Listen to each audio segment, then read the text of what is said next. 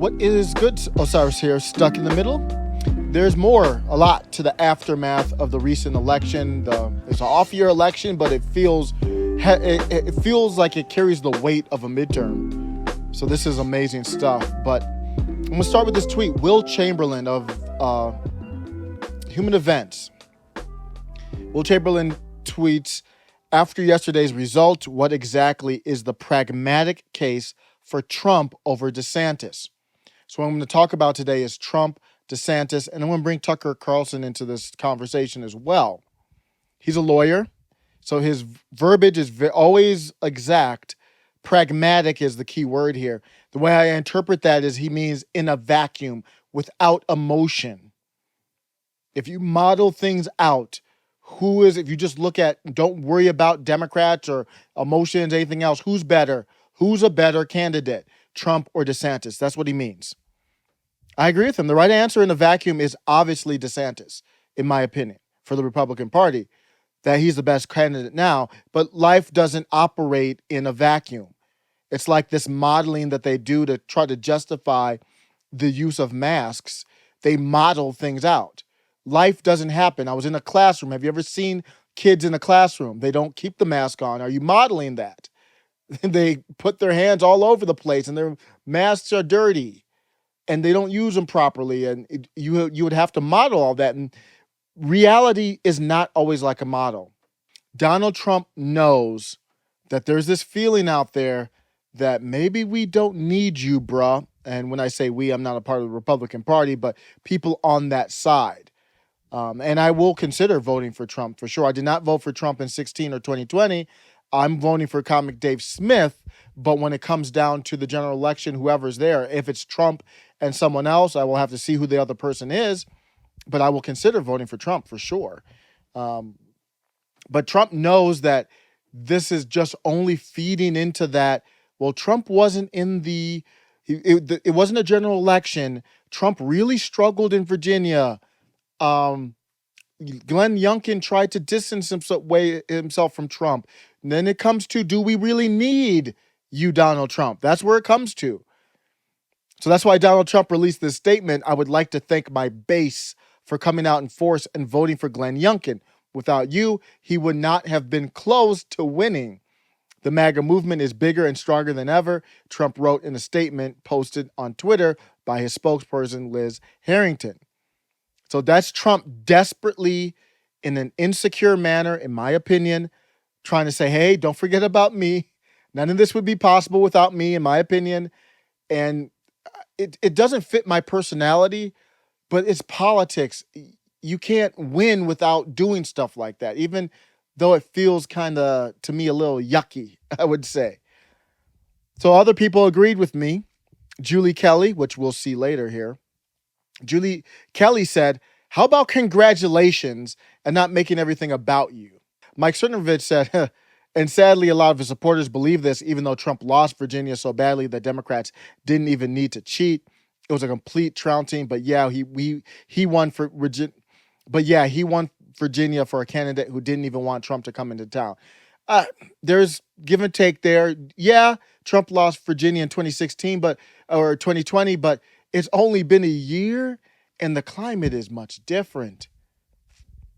If Trump and Biden were on election right now, don't tell me, Mike, that Donald would get Trump by Biden. I ain't buying it, bruh. So you have a take, though. You have a point. I'm not saying you don't have a point, but it's not fact what you're telling me here. My response to Will Chamberlain was, I don't think there's a pragmatic case, but Trump still has the heart of the people. Living in reality, he has the heart of the people. I call him the mascot of the populist right. He didn't even know what the word populist meant until Steve Bannon told him about it. He is the people's champion. In order for DeSantis to run, DeSantis would, or whoever runs against Trump, can't beat Trump without attacking the relationship between people and Trump. That doesn't seem like a good idea to me. At the end of the day, Will, at the end of the day, Mike, at the end of the day, anyone else, Do you want to win, or do you want to be right about Trump when it comes to his persona, when that's not really a significant thing? If you want to argue something significant, then let's argue something significant. That's where Tucker Carlson comes in. Tucker's laying a blueprint to show you how you would have to beat Trump. You would have to take a crowbar and wedge the relationship apart between common people and Donald Trump. What does that look like? Well, here's Tucker Carlson doing that right here. People are going to be offended that I asked this, but I can't control myself. So, like, what about the president on whose behalf they were gathered that day? Like, has anybody sent them money? I mean, has anybody really raised the people around him? Brad Parscale, all these people are getting rich, right? Right. Complaining that the last election was rigged, which it clearly was, right. Obviously. Yes. And they're making all this money, and all these people are sending all this money down to Florida. But is any of that money going to defend these people who went to this rally on behalf of that candidate?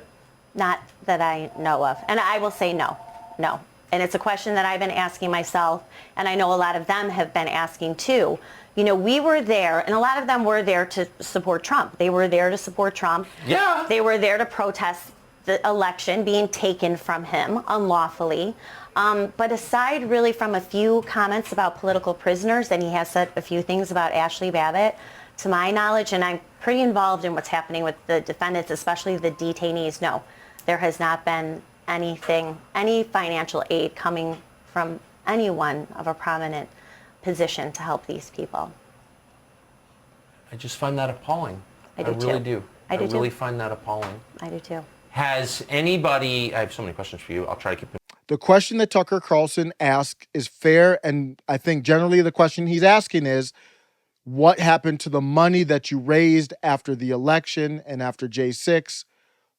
Like, what happened? Are you helping anybody? You haven't spoken about J6 defendants, and you can come out and defend, because J6 was stupid, but I will come out and defend that their constitutional right to due process and a fair and speedy trial. And I can say that without condoning what they did, because I think what they did was asinine. It was an example of stupid noncompliance. Not all noncompliance is good. Fair question. I would like to hear Donald Trump ask that question. I would like to hear Donald Trump answer that question. But what you see here, Tucker is clearly looking forward to 2024 or 2028. He's planting the seed. Because even after Tucker, I think, is thinking 2028. Even and just in case 2024, if God forbid, whatever reason Trump couldn't run, even after 2024, Trump will still have influence with the party. So if Tucker wants to run in 2028, even if Trump's not president, well, he won't. We know for a fact he won't be. Well, we know pretty much for sure he won't be president. He wants to be able to make sure Trump won't control me. That's what he's doing there. So let me end on this. I want to ask you a question on the topic of Donald Trump. Should he run again? I'm not asking this question in a vacuum. It's not pragmatic like Will said. Real life, real emotions, what you would really have to do to unseat Donald Trump would have to be ugly. Because you know Donald Trump's not going out without a drag out, knockdown, we're going in the mud fight. Do you think it's worth it for someone like DeSantis, it would only be DeSantis at this point, to try and get into that ugly battle and unseat Donald Trump? Or do you say DeSantis is only 43 years old, do your thing in Florida, you've got looks like a good governor in Florida, stay there 2028 if Trump won, or if Democrats won, whoever, 2028, that's when DeSantis would step up and maybe Tucker Carlson. Let me know what you think. I think to me, it's a no-brainer. You've got to roll with Trump. I know the downsides though. The downside is Trump will allow Democrats to run on nothing, because they are literally running on nothing. So are Republicans. But Republicans are running on anti-critical race theory. They're not running on pro anything, really. Donald Trump, nothing excites Democrats like hating Donald Trump. So for midterms, for 2024, all they'll have to say is Donald Trump is big, bad, evil, racist, all that stuff. Come and vote for us. And they don't have to say anything else. That's how Biden had the most votes ever. That was the whole platform. He didn't even campaign, stayed in his basement. Let me know what you think. Is it worth it? Take care.